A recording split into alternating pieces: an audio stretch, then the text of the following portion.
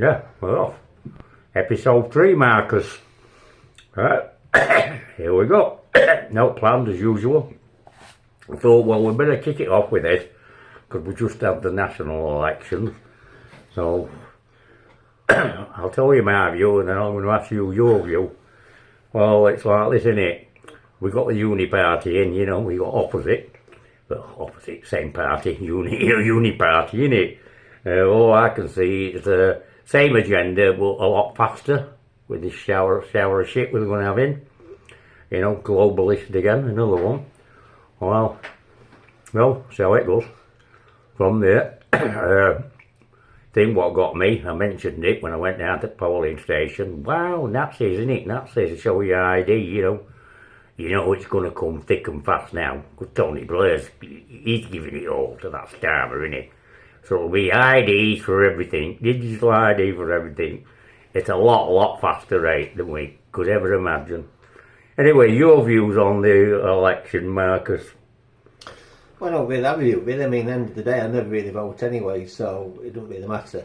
I mean, that's just my view. I mean, to me, like I said in the previous video, long-term policies, exactly the same. So it doesn't really matter who you get in. Right. What about these couple of reformers what's got in?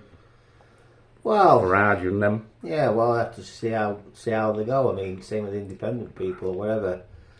But end of the day, you got two major parties, so you know, end of the day, you know, you have to wait and see. Basically, Is it two parties and one?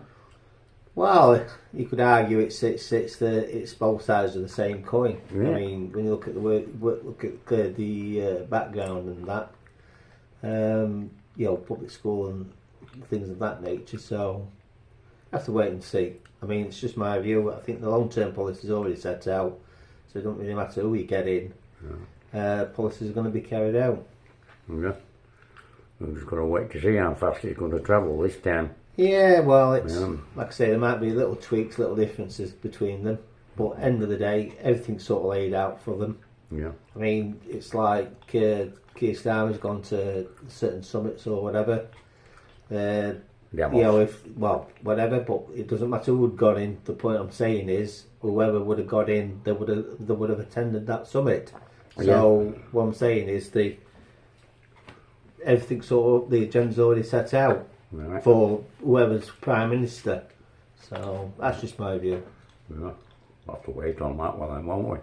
Well, it doesn't really matter. All I'm saying is, doesn't matter who you got in, they would have still attended the same summit. Yeah. Yeah, one of them would. Yes. Yeah. Well, that's it.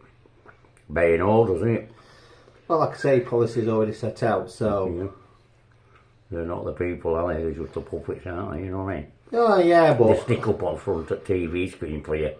You know, repeating everything they're told to say, like... Well, end of the day, like I said... Not one of them genuine, isn't he? Well, end of the day, politics has got to that... In my view, anyway, it's got to such an extent that, obviously, you've got vested interests, whether they call them lobby groups or whatever, and, you know, they're going to try and influence whoever's they put in power, in effect. So... End of the day, it doesn't really matter. I don't know about try and influence. I think they do. Oh yeah, they probably do. I mean, end of the day, there's obviously, like I say, there's it's all about the money, really. End of the day. Yeah. So that's it. That's just my view. Well, we'll see how it goes from here. Well, we're going to win it. Wait and see. Yeah. But I expect it to be whatever the agenda is, much faster, or try to be much faster under this regime. You know, as its counterpart. They've just pushed it. But, you know, anyway, we'll wait and see if there's going to be any pushback. Yes. Right, going on to a few, obviously, topical things. Because we've got the Euro footballs. Yes. In thingy, final on Sunday. Yes. England versus Spain. Wow. Tough old team, that Spain. Yes. But I'm going to take my caps off to them, you know. Yes, I've been one of them. I've been criticising them. They're not been playing really well. They've had mother luck on the side to get to the semis. But in all honesty, I watched the semi last night. Proper impressed. That's all I can say. They played the best they've ever played. And it paid off. Alright, you saw highlights, I take it. Yeah, I'm not, football's not really my thing as such. I don't mind the World Cup or whatever. Seems to be a bit more entertaining, but and I'm not saying the Euros aren't as entertaining. They may very well be, but I generally just like the highlights. So I watched the highlights from what I saw the highlights. So, Seemed okay. yeah, I thought it was good. Good performance. Got some young ones on it, and Yes. made the difference, didn't it? Well, that's the thing, you see, because my view of it is basically, I think for some unbeknown reason, there seems to be a lot of pressure on the English. It's just my view. A lot of pressure on the English team. I mentioned this before. I've never known a team be so much under pressure to win a friendly. When they're playing friendlies, to me, friendlies are there so you can sort of develop the players. But for some unbeknown reason, they seem to be under that much pressure to win a friendly. Yeah, to perform. That it lacks them fetching the young up and coming players in order to develop them. Yeah. They tend to fetch on the tried and tested purely for the win. At the end of the day, it's just a friendly. Yeah. But anyway, That's where they should be experimenting. well, you'd think so. Yeah. You would actually think so. Yes. Yeah. Yes. And get all them experiments out of the way, Yeah, it's just Like you say, get them young ones on for a friendly. You know what I Yeah. mean? Where are they going to get the experience if it's not in a friendly? Well, exactly. But I mean, yeah, I'm just going on past history where, when you look at it, they seem to be under a lot of pressure, or the manager seems to be under a lot of pressure to get results, even in friendlies. I mean, you could have a friendly with, say, Germany, for instance, and there's obviously 1966, blah, blah, blah, blah, coming on, and it seems to be under pressure. You've got to win them, you've got to win them. Yeah, but it's a friendly. Yeah. You know what I mean? And Well, the point is, it. if you keep playing friendlies like competitions, you're not going to develop that new. Come and see some new faces. Can you try them out? So let us be judge yourselves. You know what I mean? Yeah. And that's the only way they're going to get experience if you do that. Well, that's true. Yeah. Yeah, that is true. So what can I say? Forget the too young. Get them on. What can I say? They seem to be under pressure to perform, even like with friendlies. So, but like I say, it's not football's not really my thing, so it's not really a thing I watch. But I'm really pleased they won. And I hope they win the final. Yeah, for Sunday. Well, we'll wait and see Sunday. Yeah. I'll get everything ready. Yeah. Yeah. Get rid of my chores and get settled down for the game. Yes. Right, keep my fingers crossed. Lady luck stops with us. Yes. If they play like they just played, Yes. right, they'll give them a good game. Win or lose, they'll give them a damn good game. If they play like they played Holland. Well, I'm not saying this, but I was proper impressed that first half. I'm not saying this, Proper. but I did think that England would win. Purely. Nobody did Well, the reason I thought it is purely because they seem to have the discussion what we had. They seem to have a lot of luck. Yeah. And that luck seems to have been carried forward. Yeah, so, carrying on, innit? and it's purely on that basis. Yeah, Lady Luck's been with him, hasn't he? So, No denying it. Yeah. Well, like I say, you need luck in everything, don't you? So I won't knock it. yeah. So, Right. It's where I turn for a bit of luck. yeah. But, no, I didn't think luck come into it last night. It was all determination. No, it's like I say, it obviously didn't come into it, but I did fancy him beforehand to win, but it was purely based on luck. Right. So anyway, before we move on, which I keep failing, and I'm doing it again, so if you haven't already subscribed, please subscribe to the channel, like, dislike, and share the channel.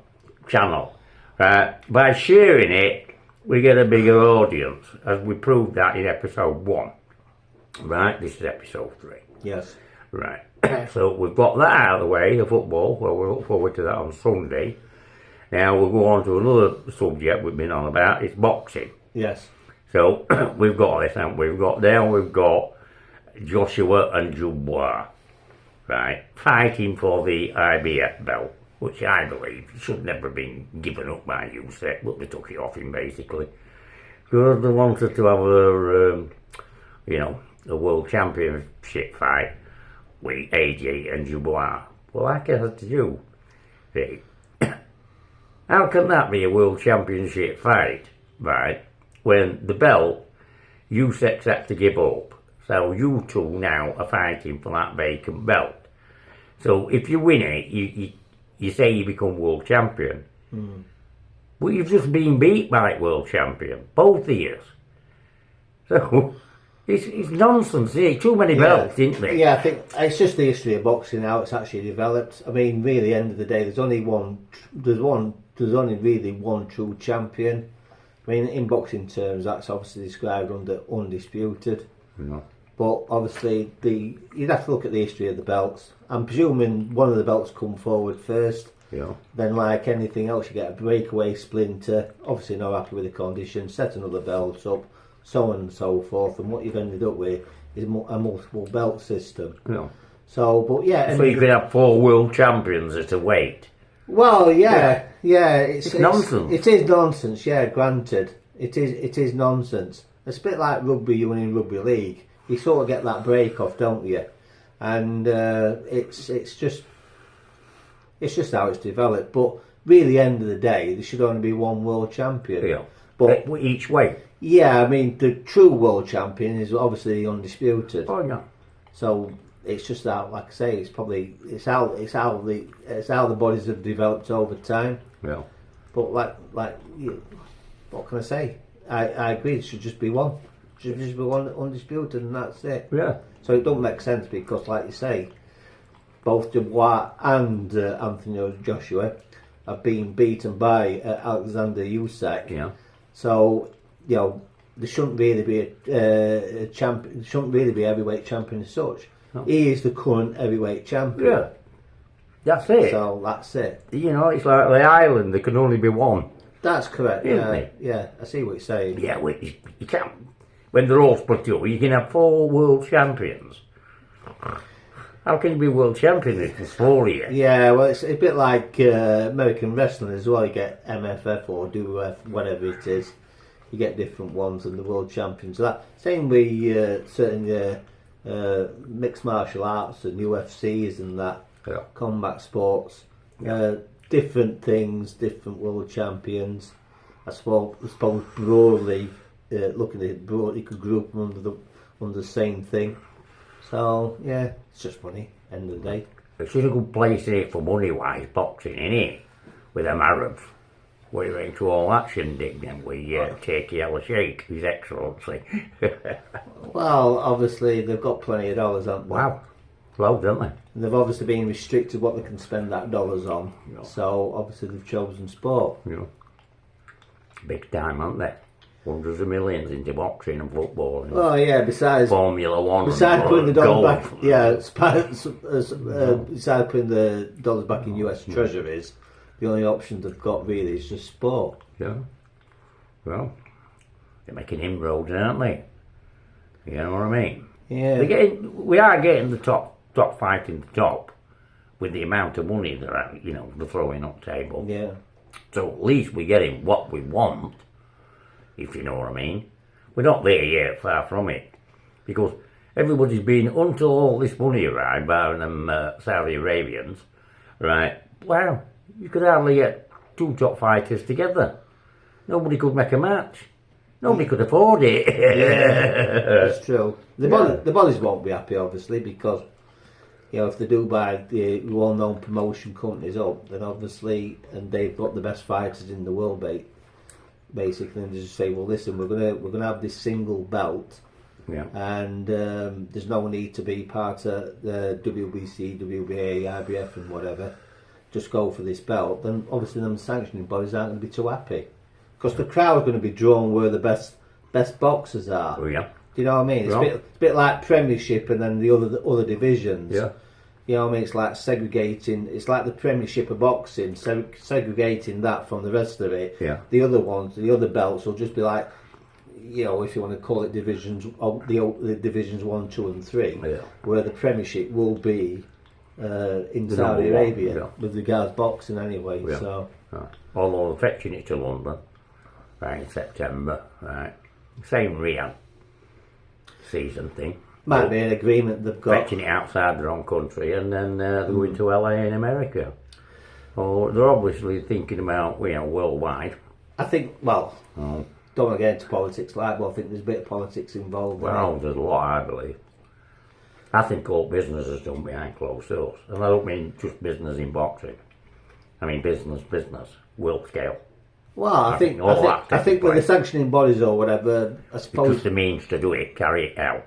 Well, most sanctioning bodies are American, so, you know, if they're trying to say, well, listen, we're going to try and just have the one belt and there's no need for the other belts, I mean, that seems to be a political statement. I'm not saying it is, but it could sort of come across as that. Yeah. But, again, we'll have to wait and see on that, won't we? Yeah. Alright, so we'll move on from that. And we'll get to this sort of issue. Right. What year now? More and more, especially the last couple of years with all this cost of living crisis and prices going through the roof, right? And I don't see a lot of business taking place. Do you? No, we're just like that sort of mentioned in the other video before. We're not a producing nation, we rely on the financial services, but one of the downfalls with that is the thing with finance is it can inflate certain things. And as a consequence, the manufacturing just goes to pot. I mean, we're so dependent on exports. I mean, same with the pandemic and everything else. It just shows you how reliant we are on imports from other nations. Yeah. We're not a producing nation. No. We stopped being that a long time ago. No, I mean... Deliberate, right? Yeah, an important sector to me is the agricultural sector. Oh, wow. And if you're destroying that, wow, what can I say? Yeah. You know what I mean? You're relying on imports. I mean, food to me, it's an essential. Oh, definite. You know, so... Right, definite. Yeah, coming at us from that angle and all. Yeah, we've got that to put up with. Yeah, well, finance is obviously... And the high cost of everything to start with. Yeah, finance has been a problem, I think, for the UK. It's certainly been a problem for the US anyway. Yeah. And the problem is with finance, it's people have got that much of a debt burden that, the money they've got left for disposable income is very little. Yeah. And if you haven't got that much to spend, that can actually affect the manufacturing capacity of a nation. So it sends it into what you call a downward spiral. Yeah.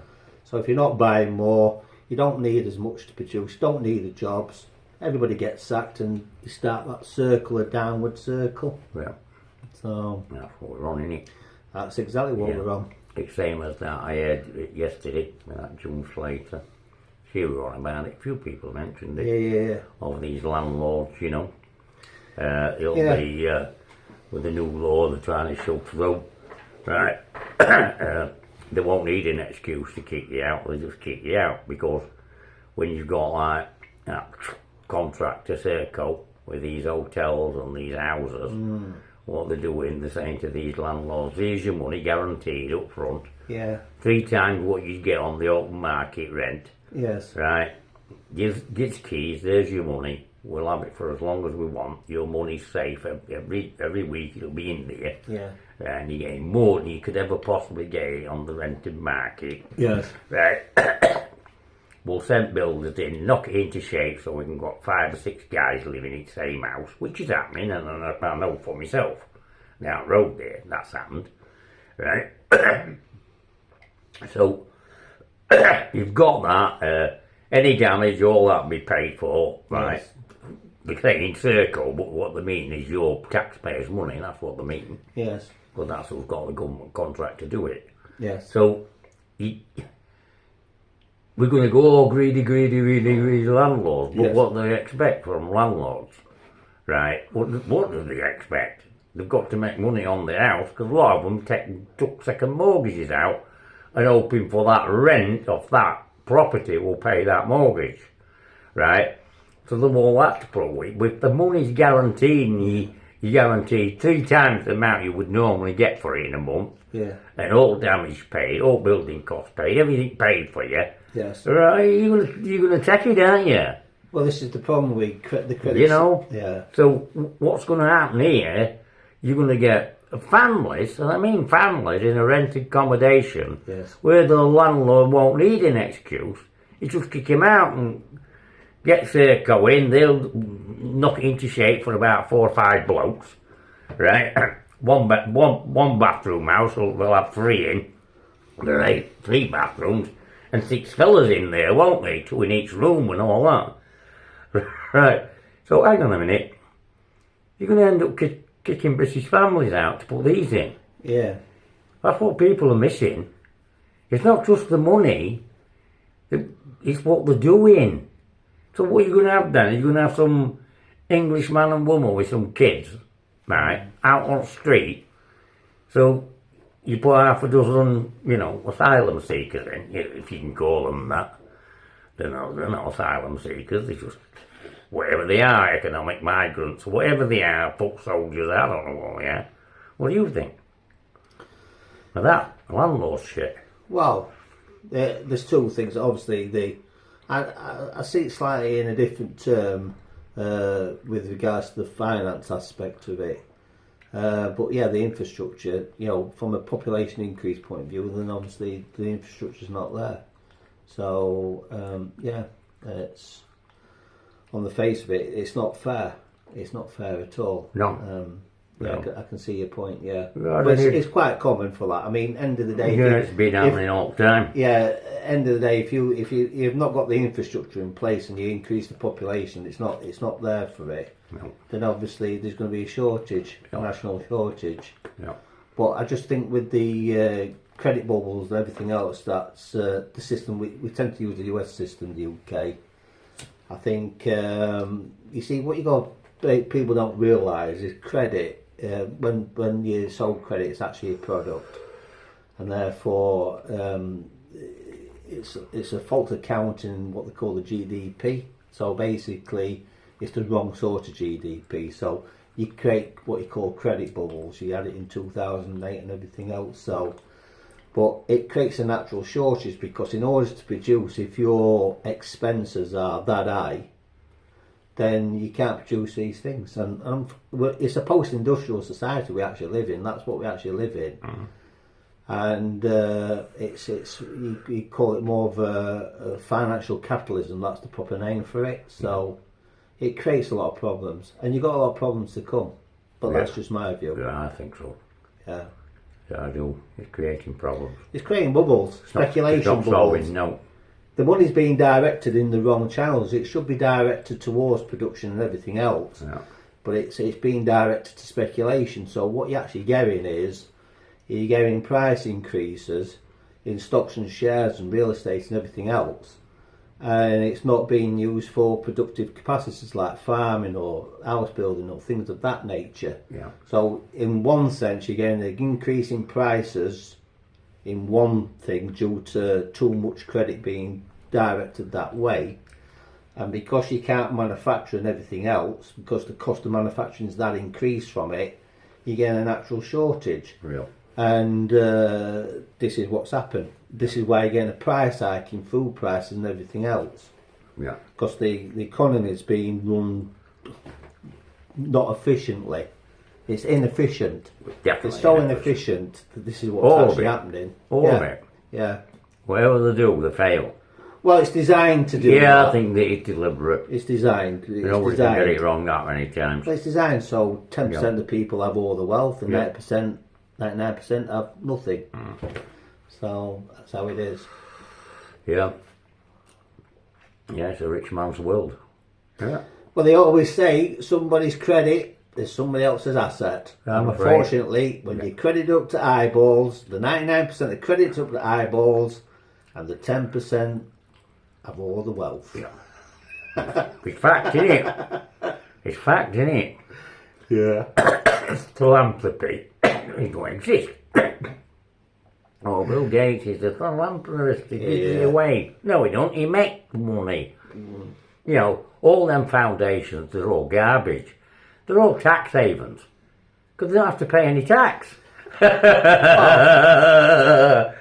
got that wage trust, haven't they? Well, I'll open a foundation. I'll have all my money paid in there because we don't pay any tax. You don't have to go to Panama, the islands anymore, you know what I mean? Liechtenstein and Luxembourg, you don't have to go there anymore, do you? You know, it's just on a foundation. That's how you do it. Well, like I said to you, to me, I just see it's corruption in politics. Clinton because, Foundation. it's corruption in politics. I mean, at the end of the day, when you're lobbyist groups, you're making vast sums of money. Yeah. Whether you're financial sector, pharmaceutical sector, or whatever sector, military sector, then obviously you're gonna have influence in legislation. Well, definitely. So that's it. Which is it? Yeah. Hey, wow, man, it's 25 minutes. You know, Yeah. it's about roughly the best time to keep these videos too, because you can go too long. And Is it? Yeah, I believe so. Yeah. Which is better off episode 1, Yes. 150 odd, wow. But people we know shared it. Yes. The second one, we didn't have the same people sharing it, because they already shared the first one. Yeah. Well, what we're going to try and do is encourage them, right, to subscribe, like and share, and that's all we can do in it, step by step, and see how it grows. Yes. Right, so it's coming to end, so what I'm going to do, I'm going to let you, as I do, let you have the final words, your final words on today. Well, my final words is this: you can come out from behind the sofa now. The bailiffs have gone. Right, however you got it, so be it. God bless you all. Bye now. Bye. See you again soon. He said, see you again soon. Okay. Testing, 1, 2, testing. Bye.